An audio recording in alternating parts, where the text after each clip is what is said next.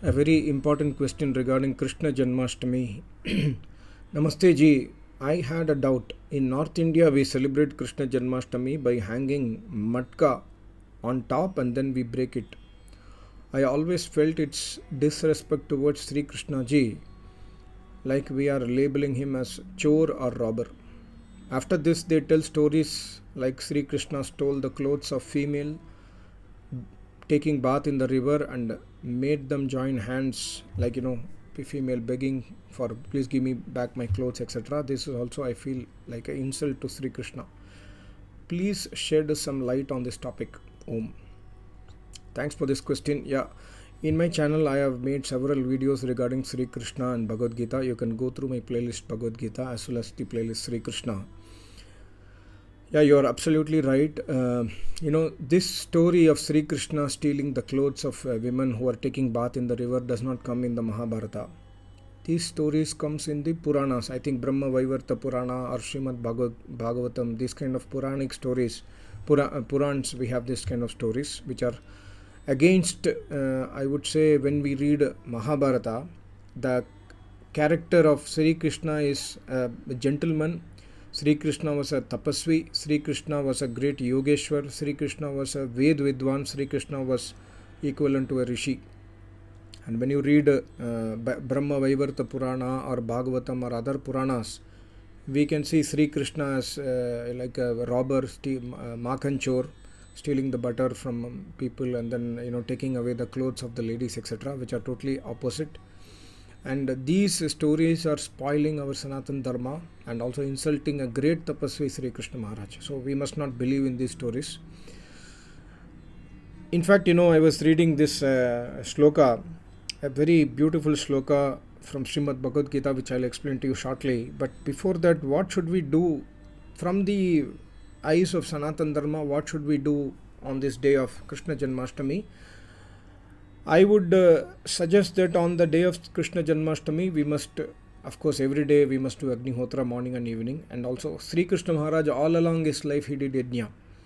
He served acharyas, he served rishi munis, he served the Veda Vidya, and he did Adhyayana of Vedas. So we must also try to take sankalp today that we will also try to follow his path. His path is the Vedic path, and he learnt Vedas from his acharya, Sandipani Maharishi. So we also must try to search acharyas to learn Vedas. We also must try to learn darshans and yoga vidya. He was a great yogi.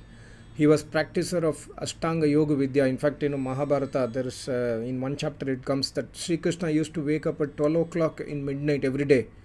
Means he sleeps early and then he wakes up at around 12 o'clock in the night, and then he does tapasya until 4 o'clock, 4:30 every day. So 4 to 4.5 hours he does tapasya every day. So we must at least try to follow his footsteps on this pious day. We must take sankalp to follow this footstep. And he was a great brahmachari. He was a brahmachari in grihasthashram. Brahmachari does not only mean that person who is not married. Brahmachari also means a person who is married but he is keeping the vows of celibacy. In fact, when his wife, he had only one wife, not 16,108 wives, etc. That is all coming in Puranas and Bhagavatam. But when we read Mahabharata, he has only one wife. He had only one wife, Rukmani Mata.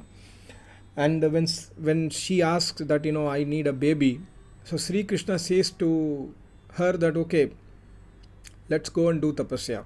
And they will keep brahmacharya vrat for 12 years. And after 12 years, the Pradyumna, the first son Pradyumna will be born. And after that, he will get another 2 more kids later on.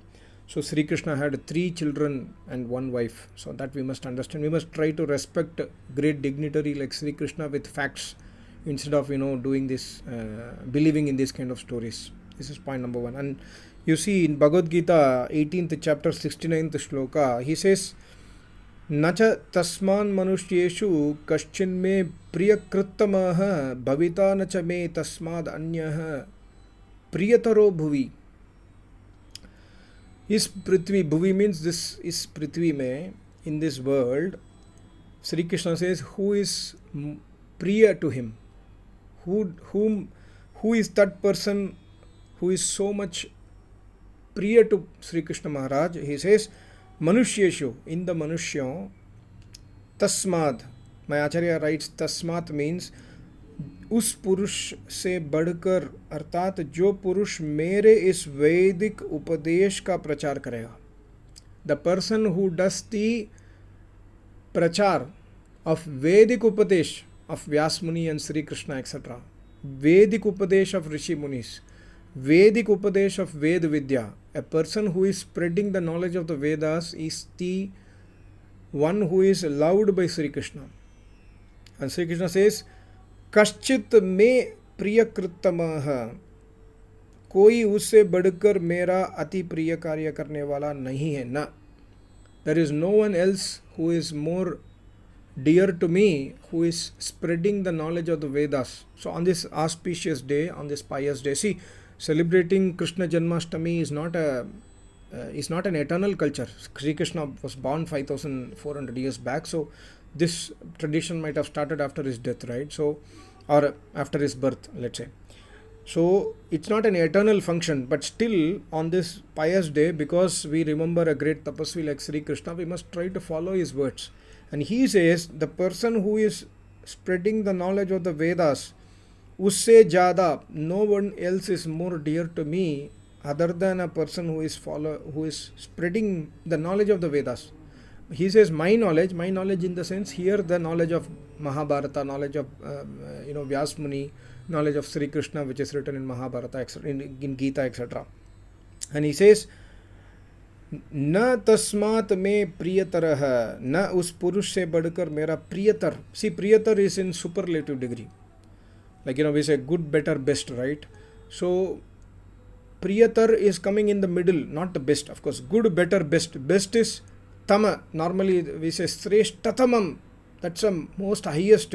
But priyatar means it's not a normal deed, it's more likable or more dearer to Sri Krishna. Priyataraha, atyant pyara. That person who is spreading the knowledge of the Vedas, knowledge of Mahabharata and Gita based on the Vedas, not the Gita which is popularizing Sri Krishna's avatar. No, the real Gita knowledge which helps us to go towards the Vedic path. That Gita, if somebody is doing Ved Prachar, somebody is doing Prachar of that Gita, then Sri Krishna says, Bhuvi, in this earth, that person is more dearer to me. Means what?